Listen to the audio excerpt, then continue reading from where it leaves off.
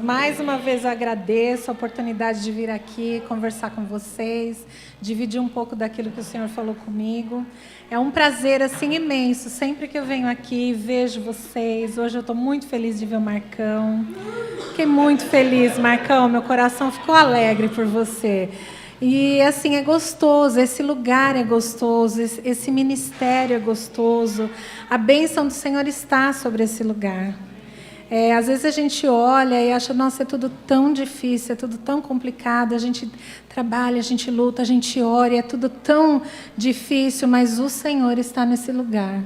O tempo não pertence a nós, o tempo é de Deus. Então, tudo aquilo que nós fazemos, tudo aquilo que vocês fazem aqui, estando na presença do Senhor, a seu tempo Deus vai fazer frutificar. É só permanecer firme na fé, porque é isso que o Senhor orienta. Amém? Vamos orar? Senhor querido, Deus de misericórdia, o Senhor é maravilhoso. E eu estou aqui diante do Senhor, o Senhor sabe da minha vida, o Senhor sabe das minhas dificuldades. Eu peço a Ti, ó Deus, que o Senhor tome cada palavra, Senhor, que eu proferir aqui, que ela venha do alto trono, Senhor, que venha direto do Senhor. E que todos nós, Senhor, não somente eu, mas a congregação possa sair daqui edificada no Senhor, entendendo tudo aquilo que o Senhor quer falar conosco. Ajuda-nos, ó Deus, a cada dia levantar na Tua presença, passar o dia na Tua presença, adormecer na Tua presença e ser guardado, porque a Tua presença está conosco todo instante. Em nome de Jesus. Amém? Vamos abrir nossas Bíblias. Eu estou com tanto medo de errar no que eu vou falar, que eu vou ter que... Me perdoem, porque eu não sou boa de fazer sermão e ficar lendo. Eu faço e depois eu esqueço tudo que eu fiz. Mas hoje eu quero me ater aqui a tudo que o Senhor falou comigo para eu não me perder em nada. Abram suas Bíblias no livro de Apocalipse, capítulo 3.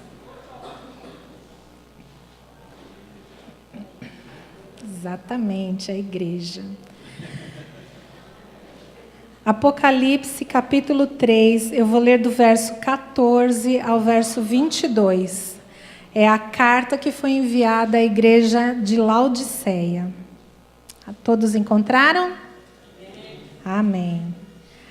Ao anjo do Senhor da igreja em Laodiceia, escreva: estas são as palavras do Amém, a testemunha fiel e verdadeira, o soberano da criação de Deus. Conheço as suas obras, sei que você não é frio nem quente. Melhor seria se você fosse frio ou quente. Assim, porque você é morno, não é frio nem quente, estou a ponto de vomitá-lo da minha boca. Você diz: estou rico, adquiri riquezas e não preciso de nada.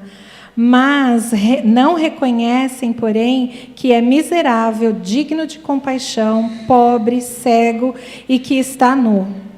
Dou-lhe este conselho: compre de mim ouro refinado no fogo, e você se tornará rico. Compre roupas brancas e vista-se para cobrir a sua vergonhosa nudez. E compre colírio para ungir os seus olhos e poder enxergar. Repreendo e disciplino aqueles que eu amo. Por isso, seja diligente e arrependa-se. Eis que estou à porta e bato. Se alguém ouvir a minha voz e abrir a porta, entrarei e cearei com ele e ele comigo. Ao vencedor darei o direito de sentar-se comigo no meu trono, assim como eu também venci e sentei-me com meu Pai em seu trono. Aquele que tem ouvidos, ouça o que o Espírito diz às igrejas. Amém? A primeira coisa que eu quero abordar dentro desse texto é que a gente se contextualiza acerca da cidade de Laodiceia. A cidade de Laodiceia, ela ficava num trecho onde tinha, eu não sei se o nome é entremeio, eu não sei que ela estava num lugar onde ela ficava entre Colossos e uma cidade chamada Hierápolis. Essas duas cidades, a Bíblia no livro de Colossenses faz menção a elas, né? E essa cidade de Laodiceia era uma das cidades mais ricas da Ásia Menor. Ela era conhecida porque ela tinha uma indústria têxtil, eles fabricavam ali uma lã preta, que era uma coisa muito fina. E ali eles prosperavam muito nessa parte da tecelagem, né, de produzir essa lã. Então, eles eram muito fortes nisso. Eles também tinham uma rede bancária muito grande.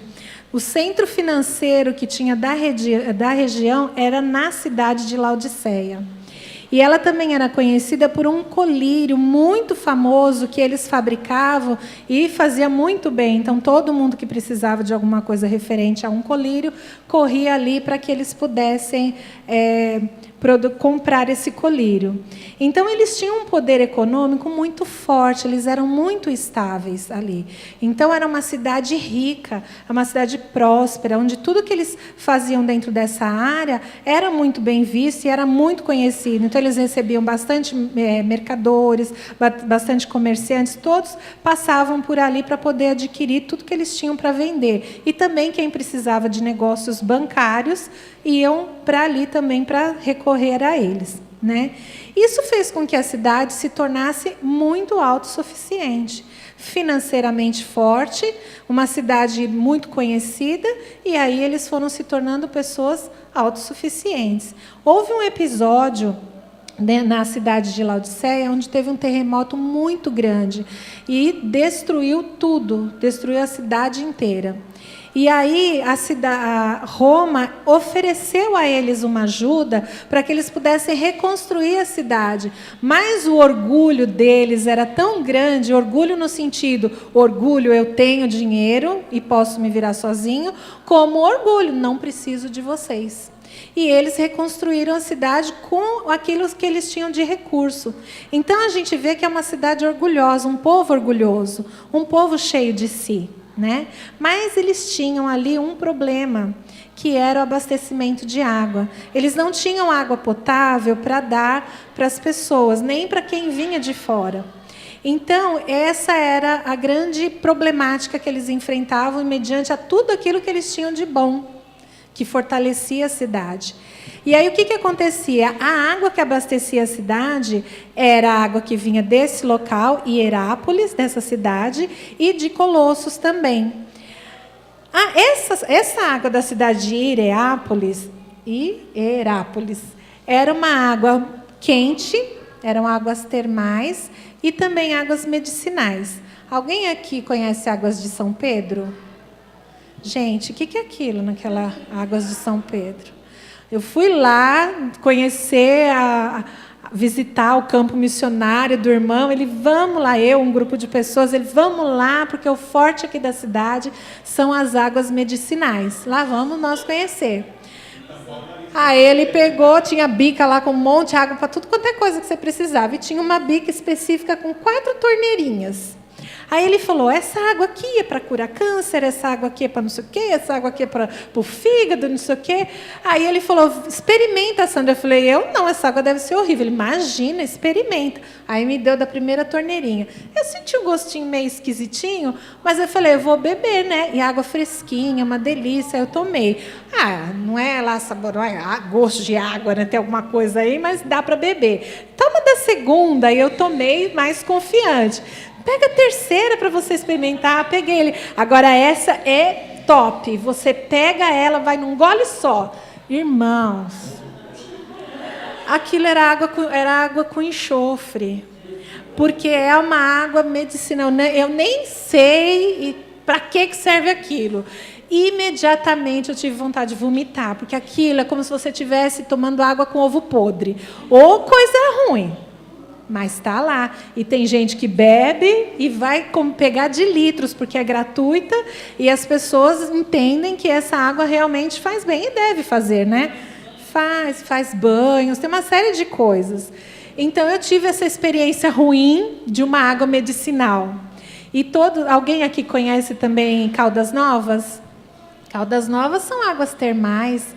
Aquela piscina que eu deitei lá tão maravilhada e baixou minha pressão, quase eu me afoguei. Mas tudo bem, eu experimentei aquela água bem quentinha, gostosa, tinha de tudo quanto é grau de quentura. Tinha mais morninha, mais quentinha, tinha uma lá, não entra aí, porque essa água é bem mais quente, né?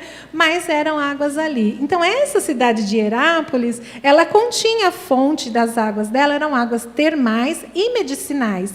Então, e a água de Colossos era água fria. Então, o que acontecia? Eles tinham os arquedutos, né, que é um canal onde passavam as águas. E aí essas águas vinham se juntando, e quando chegava lá em Laodiceia, a água, imagina, morna, e pelo que eu entendi, se ele teve vontade de vomitar, provavelmente era água com enxofre. Eu decidi que era água com enxofre, pela minha experiência, mas a Bíblia não diz, tá? É uma coisa minha, por causa da minha experiência. Então, isso era um problema para Laodiceia, para essa cidade. Isso para vocês terem uma noção do que era essa cidade que nós estamos falando e o porquê que o Senhor utilizou esses termos para falar com a igreja. Aí o que acontece, né? A gente olha agora como que era um membro da igreja de Laodiceia. A igreja de Laodiceia, ela foi fundada na época em que Paulo estava pregando em Éfeso. Não consegui localizar quem foi exatamente que fundou. Aparentemente não foi Paulo. Ou talvez tenha sido Lucas. Alguém ali fundou, mas foi nessa época, pelo que eu consegui ver. Então, nós percebemos que foi uma igreja fundada sobre a palavra de Deus de uma forma muito séria. Porque aonde Paulo estava, a gente percebe que o evangelho tinha toda uma ética, era muito bem pregado, a gente vê que Paulo tinha consistência na sua pregação e tinha a experiência dos outros apóstolos. Então, não foi uma igreja assim, vamos achar agora que nós vamos adorar esse tal de Jesus. Não, eles tinham um fundamento cristão muito sério. Só que essa igreja, dentro da cultura que ela vivia, ela trouxe membros, né? A igreja foi crescendo com membros o quê? Orgulhosos, com membros que não eram humildes, com membros autossuficientes, e que eles foram, com o tempo, se acomodando nessa situação e foram se afastando da verdadeira mensagem do Evangelho de Jesus Cristo, que traz o quê? Que devemos amar uns aos outros, que devemos ser servos uns dos outros, que devemos pregar, falar do amor de Deus, que devemos viver, que devemos nos compadecer das pessoas, cuidar uns dos outros, para que a gente possa ter um crescimento espiritual, estar mais próximo de Deus e também obter a vida eterna. Então, isso é que era o evangelho que estava sendo pregado. Só que na igreja, eles não viviam assim. Por conta disso, eles se tornaram o quê? Cegos, fracos e infrutíferos. A Bíblia diz em João 15 o quê? Que nós somos os ramos e Jesus é a videira. E que ali nós temos que dar frutos, porque aquele que não dá fruto é lançado, é arrancado fora. Então, imagina a situação dessa igreja. É uma igreja que estava ali, desse jeito. Quando Jesus fala, no verso 17, você não reconhece, vamos ler lá no verso 17. Você diz, estou rico, adquiri riquezas e não preciso de nada. Não reconhece, porém, que é miserável, digno de compaixão, pobre, cego e que estás nu. O que Jesus queria dizer com isso? Você se acha tão autossuficiente, tão bom, tão cheio de tudo, que você mesmo não se enxerga. Você não percebe que o que você tem é algo que vem daquilo que você pode projetar, daquilo que você consegue alcançar, daquilo que você trabalhou e conseguiu. Mas, no fim de tudo, se você não está comigo, isso não vale nada. Então, você mesmo tendo roupa, você está nu. Mesmo tendo riqueza, você é miserável. Mesmo que você enxergue com o seu colírio, que é tão bom para os olhos, mesmo assim você está cego. Então, essa era a alusão, era o contraponto que Jesus queria dizer dentro dessa fala. Porque vocês se perderam no caminho. Vocês acharam que vocês estavam indo bem. Por quê? Porque estava no culto.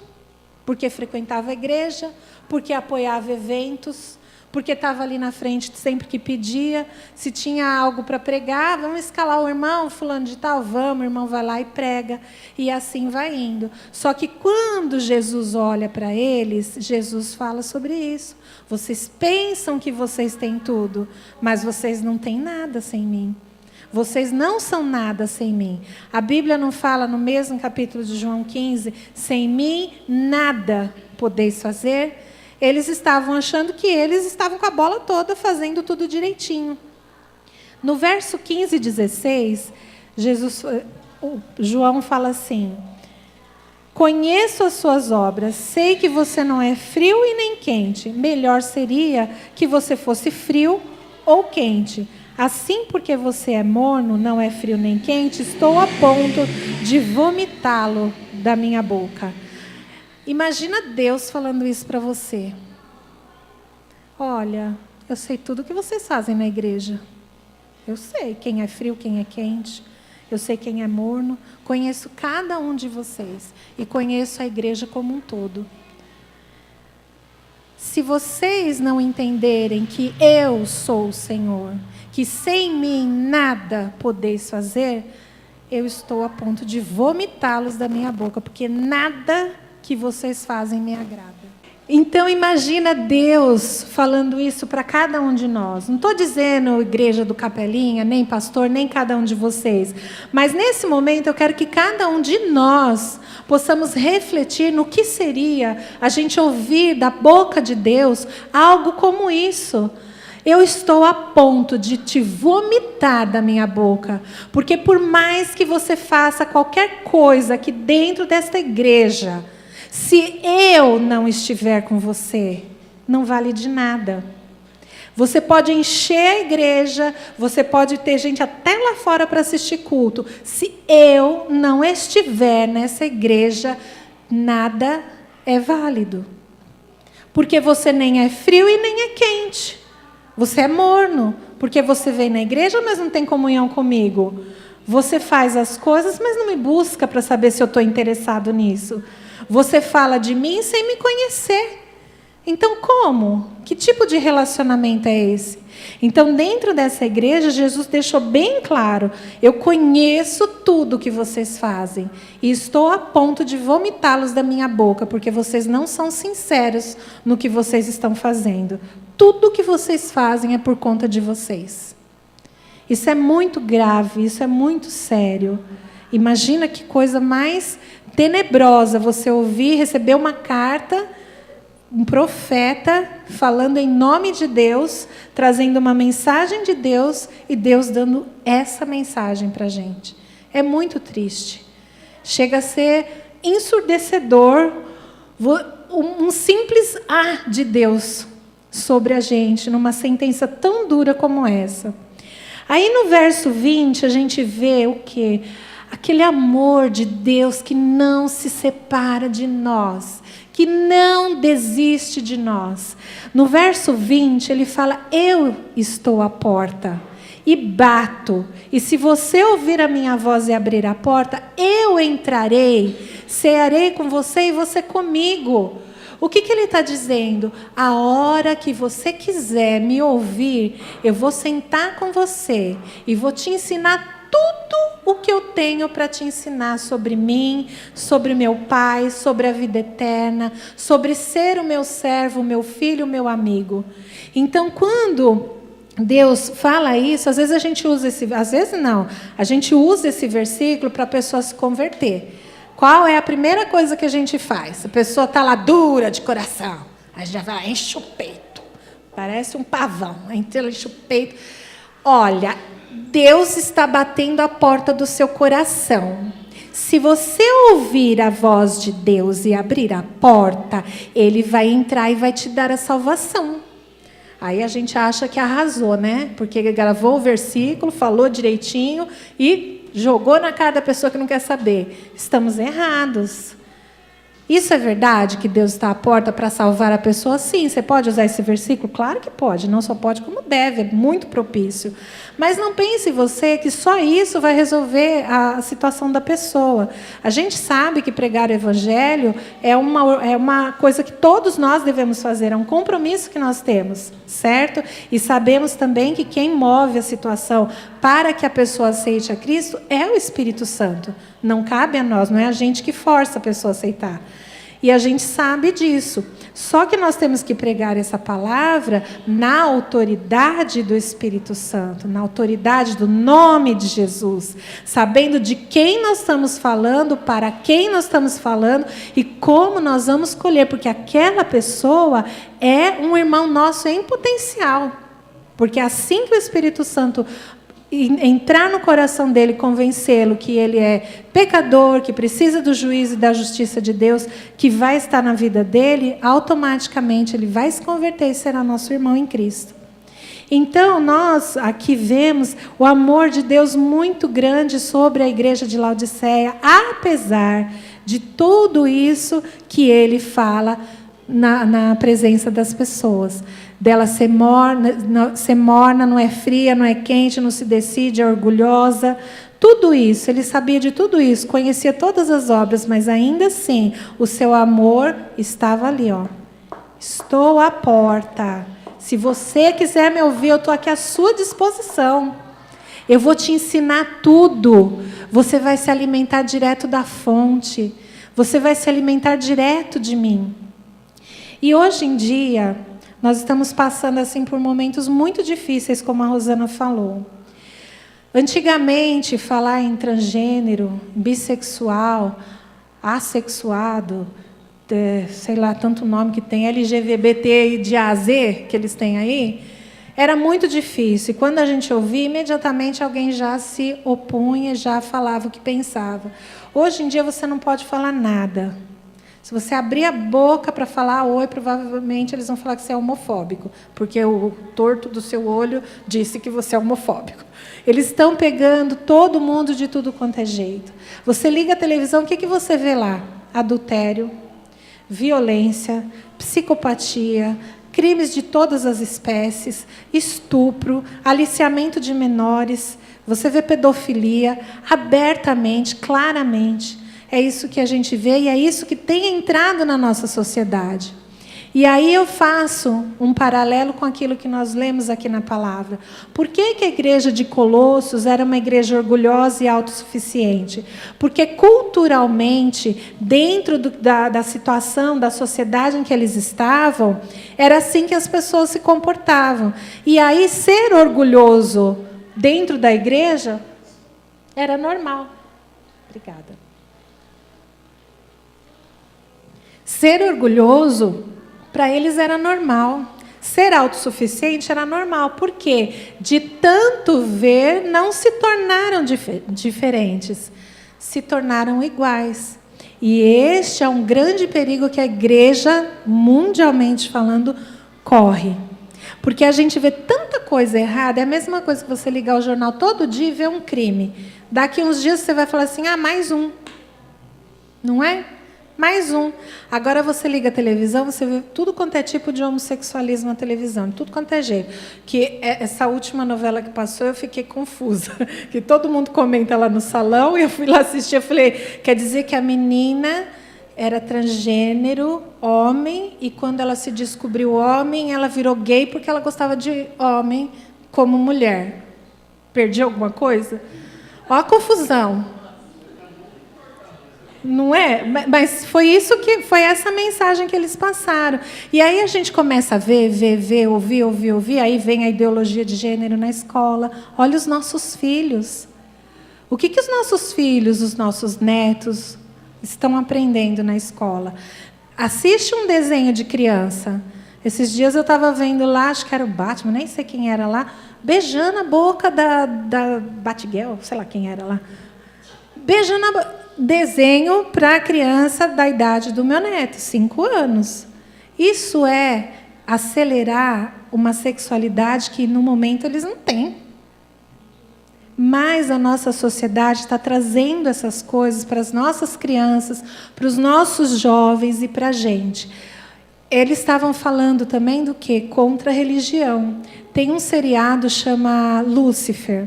Lá ele fala que esse negócio de pecado que a religião prega é mentira, não tem nada disso não.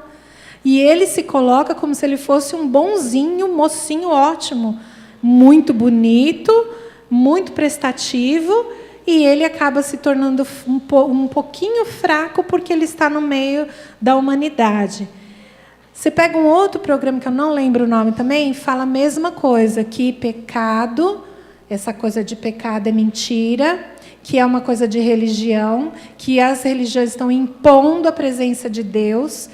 E, de certa forma, a gente vai olhando isso, o que eles estão fazendo? Eles estão pegando a sociedade e fazendo a sociedade se voltar contra nós, se afastar cada dia mais de Deus, e cada um achar o quê? Quem resolve a minha vida sou eu. Quem decide por mim sou eu. Se eu posso fazer as coisas, é porque eu posso. Está cheio de palestra de coaching, falando, você pode, você é capaz, você consegue, nunca diga não, nunca diga que você é fraco, você tem poder.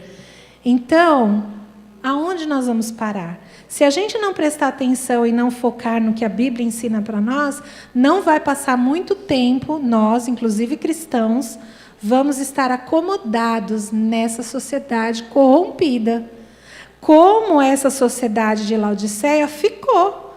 Ela ficou acomodada. Qual que seria o papel da igreja? Ser diferente dentro daquela sociedade. Se todo mundo é orgulhoso, nós vamos ser humildes. Se todo mundo é autossuficiente, nós vamos ajudar uns aos outros. Se todo mundo acha que pode tudo, nós vamos dizer que nós dependemos de Deus para viver. Então, tudo na vida deles deveria ser em contraponto ao que a sociedade colocava. Não era para ser nem esquerdista, nem revolucionários, nem nada. Era para ser simplesmente servos de Cristo, fazendo aquilo que Cristo ensina no seu Evangelho. Mas não, eles se tornaram como a sociedade era e trouxeram a sociedade para dentro da igreja. Então nós, hoje em dia, temos que fazer um papel diferente. Os nossos filhos têm que saber que existe isso lá fora, mas que o Deus que a gente serve, ao qual nós ensinamos para cada um deles, diz que as coisas não são exatamente assim. Só que nós também temos que fazer é dar o exemplo. Porque não adianta nada eu falar e não dar exemplo. Porque as crianças aprendem por ver, por ouvir, por ser exemplo. Se eu não sou exemplo para o meu neto, ele não vai saber que eu tenho que adorar a Deus, que eu tenho que tudo que eu preciso orar, que eu preciso me confiar no Senhor, que eu preciso ler a palavra para aprender e me tornar ainda mais próxima do Espírito Santo, do Deus Pai, do Deus amigo Jesus Cristo. Então, essas coisas nós temos que fazer a diferença. E essa igreja estava com esse problema. Por isso, Jesus fala, estou a ponto de vomitá-los da minha boca, a menos que, abrindo a porta, eu entre, ceie com vocês e fale tudo o que vocês precisam aprender de mim, para que vocês sejam bem-sucedidos. Aí, no verso 18, ele diz que assim, dou-lhes um conselho. Compre de mim ouro refinado no fogo e você se tornará rico, que é isso que eu acabei de falar. Comece a falar com Deus. Porque se você compra, aqui ele está fazendo uma metáfora, mas o que ele está querendo dizer? Se você precisa de tudo na sua vida, então ao invés de você se preocupar em comprar ali na sociedade, venha até mim. Eu dou tudo o que você precisa, tudo que você pede, dentro, claro, de um propósito do Senhor. E aí ele fala no 19, repreendo e disciplino aqueles que eu amo, por isso seja diligente e arrependa-se. O amor do Senhor por nós é algo imensurável. Por mais que a gente fale que é um amor que não cobra, que não faz troca, que é um amor que a gente não merece. Por mais que a gente fale, não tem nenhuma palavra que possa traduzir esse amor de Deus. Porque quando você abre a Bíblia, deixa eu ver aqui. Abre lá em Romanos 12, do verso 5 ao 7. Eu falei o quê? Romanos? Mas eu quis dizer Hebreus, tá? Quando eu falar Romanos, é Hebreus, tá? Hebreus, capítulo 12. Tá quase ali, né, Marcão? Romanos, capítulo 12. No verso 5, começa assim: vocês se esqueceram da palavra de ânimo que ele lhes dirige como a filhos. Meu filho, não despreze a disciplina do Senhor, nem se magoe com a sua repreensão, pois o Senhor disciplina a quem ama e castiga todo aquele a quem aceita como filho. Suportem as dificuldades, recebendo-as como disciplinas. Deus os trata como filhos. Ora, qual filho que não é disciplinado por seu pai? Deus nos disciplina para o nosso próprio bem. Aí eu vi aqui a Rosana e vocês, irmãos, pedindo oração, porque está difícil. Senhor, tem misericórdia. Senhor, ajuda. Todo momento de dificuldade é Deus nos preparando para algo melhor.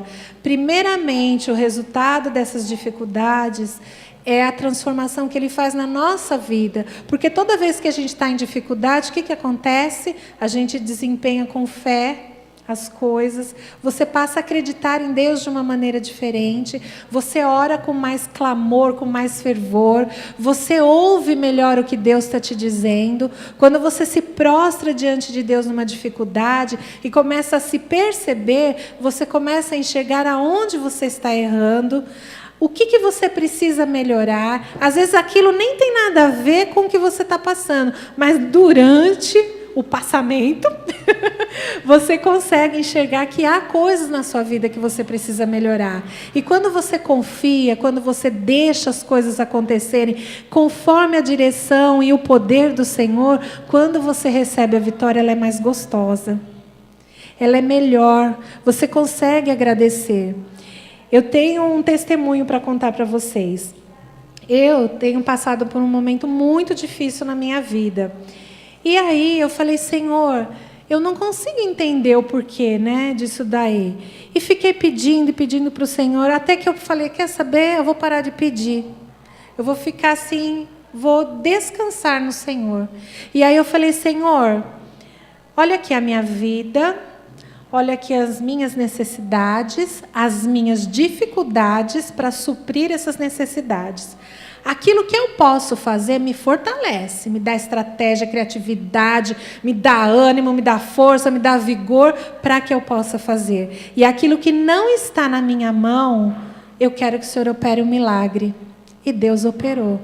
E a cada tempo Deus tem operado. E eu tenho visto a mão de Deus assim que eu falo, Senhor, isso é impossível ter acontecido, mas aconteceu. E a cada dia Deus tem me mostrado. E aí, quando eu começo a ficar ansiosa, eu lembro. Não, o que está na minha mão, o Senhor me dá força, me fortalece, me dá estratégia, criatividade, me dá tudo, alegria e tudo mais. No quesito do Senhor, descanso no Senhor. É difícil, viu? Não é fácil, não. Porque só quem passa situações difíceis que sabe o quanto que aquilo dói. Porque, às vezes, o que dói no Júnior não dói na Cacilda. Mas dói na Antônia, dói na Rosana. E cada um numa proporção diferente, porque cada um de nós somos seres diferentes uns dos outros. Então, Deus tem me mostrado isso, e Deus vai mostrar para cada um que tiver essa predisposição e essa disposição de estar aos pés do Senhor, porque Ele está à porta, batendo, e se você abrir, Ele vai cear com você e vai te ensinar a passar por cada problema. Por isso que Ele diz que o Pai disciplina a quem Ele ama. Jesus ama você. E pensa, hoje eu ouvi uma frase que eu achei magnífica. Eu acho que era uma música que eu ouvi, e aí depois o irmão, é uma música que eu ouvi que eu não sei cantar. E aí a música diz assim, que Deus é um Deus eterno. E Ele plantou no nosso coração a eternidade. E o desejo do Senhor é viver conosco eternamente. Então, o que Deus plantou no nosso coração de eterno? O desejo que a gente tem de estar vivo na presença do Senhor e de um dia estar no céu com o Senhor. Isso é um sonho eterno, não é um sonho para agora. Não é um sonho que eu vou viver hoje e o mês que vem vai acabar. E nem se eu morrer, esse sonho não vai acabar. Porque estar eternamente com o Senhor é algo que Deus plantou no nosso coração para que a gente pudesse desejar o Senhor. Tudo do Senhor que Ele pensa para nós é para ter um fruto eterno. Coisas que a gente passa aqui, mas o resultado é a vida eterna. É você estar no céu eternamente. Então Deus, Ele é maravilhoso com a gente. Ele pensa em nós de uma forma poderosa. Ele olha para mim, para você e fala assim: conheço as suas obras, sei tudo que você anda fazendo, mas eu estou aqui para te ajudar. Porque eu te amo, porque eu não desisto de você, porque eu quero você comigo eternamente, porque eu desejo a sua presença comigo. Eu quero passar com você tempo para que eu fale com você tudo aquilo que eu tenho para te dizer. Porque Deus é rico. A palavra do Senhor não se renova a cada manhã. Imagina você ler esse texto e a cada manhã o Senhor falar algo novo e te ensinar algo novo. Olha que delícia! Aonde nós vamos parar? No céu. Como vai ser nossa vida? Como a sociedade dita que tem que ser? Não, a minha vida vai ser diferente. Eu vou fazer a diferença, a igreja vai fazer a diferença. Então, a única coisa que Deus espera de nós é que nós o aceitamos em amor e que vivamos no seu amor. Ok? A dificuldade da igreja de Laodiceia era que eles confiavam em si mesmos. E lá em Jeremias, no capítulo 17, nós temos uma bela orientação sobre o resultado disso. Jeremias 17,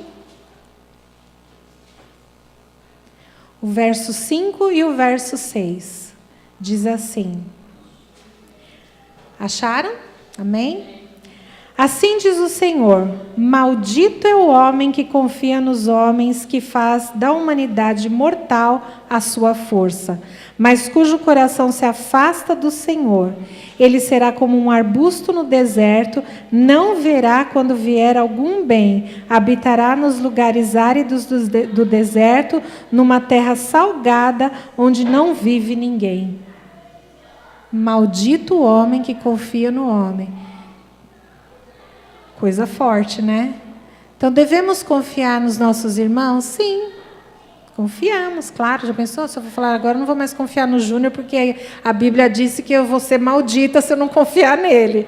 Não. A Bíblia diz que se eu precisar de qualquer coisa para a minha salvação, que solucione a minha vida, se tudo que eu precisar para me resolver ou para ir para o céu, depender eu confiar no Júnior, então maldita eu sou, porque eu tenho que confiar em quem? Em Jesus, no Senhor. Por outro lado, ele diz no verso 7, mas bendito é o homem cuja confiança está no Senhor, cuja confiança nele está. Ele será como uma árvore plantada junto às águas e que estende as suas raízes para o ribeiro. Ela não temerá quando chegar o calor, porque as suas folhas estão sempre verdes. Não ficará ansiosa no ano da seca, nem deixará de dar fruto. Olha que coisa linda.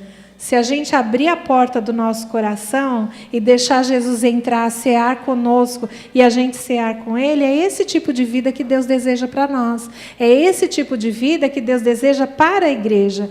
Então, quando vocês orarem pela vida espiritual da igreja, peça a Deus que a cada momento em que Deus bater na porta, que todos os irmãos, todos, sem exceção, possam abrir a porta do seu coração e deixar Deus falar com vocês. Porque todos os planos que o Júnior, que a Rosana tem, eles colocam diante do Senhor, mas eles também precisam do apoio de cada um de nós. De cada um de vocês, vocês são a igreja. A igreja não é só o Júnior. Vocês são uma comunidade aonde Deus quer utilizar para alcançar todo esse bairro aí. Todas essas pessoas, a sua família, a sua casa, seus filhos, aquela pessoa que está dentro do seu lar, que você fala, e ela não ouve, ela não quer ouvir, mas Deus quer falar com ela e quer usar você. Então é nisso que nós temos que nos apegar, confiarmos no Senhor, levar a nossa vida, a nossa dificuldade diante do Senhor. Em João, capítulo 15, verso 13, agora eu vou ler, que eu copiei daquela Bíblia que eu falei para vocês, judaica, maravilhosa, que eu estou apaixonada. Ela diz assim, João 15, 13, ninguém tem maior amor que quem abre mão da própria vida pelos amigos. Vocês são meus amigos, se fizerem o que lhes mando. Olha que coisa mais gostosa de ouvir do Senhor. Ninguém tem maior amor do que eu, que dei a minha vida por vocês. Se falar para uma mãe se ela dá a vida pelo filho, ela dá de olho fechado. Mas pelo amigo, eu duvido. Pode ser amigo de infância, 50 anos de amizade. Olha, meu amigo, eu gosto muito de você, mas eu tenho outras coisas, prioridades da minha vida. Não estou podendo morrer por você hoje. Nós somos assim. Mas Deus, no seu infinito amor, quando enviou Jesus, Jesus veio de pronto atendimento. Ele veio de coração aberto. Ele veio porque Ele quis. Ele deu a vida dele porque Ele quis. Ele morreu na cruz porque Ele quis. Porque Ele enxergou nesse momento, nesse ato, a salvação da nossa vida. E isso não pode sair do nosso foco. Porque Ele deu a sua própria vida por amor a mim, sabendo de todas as obras que eu cometo.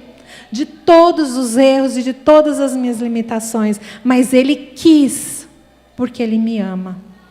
Isso não pode sair da nossa mente nem do nosso coração. Isso tem que ser o nosso foco principal.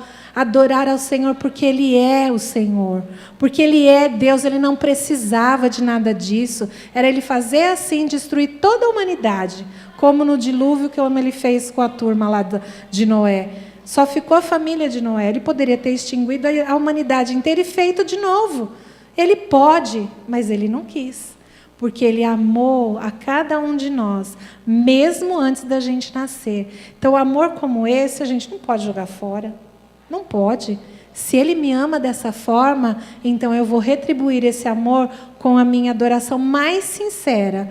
Eu vou dedicar a minha vida da forma mais sincera. Eu vou pagar qualquer custo que isso tenha. Não pagar preço de pecado, mas eu vou me dedicar. Se eu tiver que andar 1 milha, eu ando 2.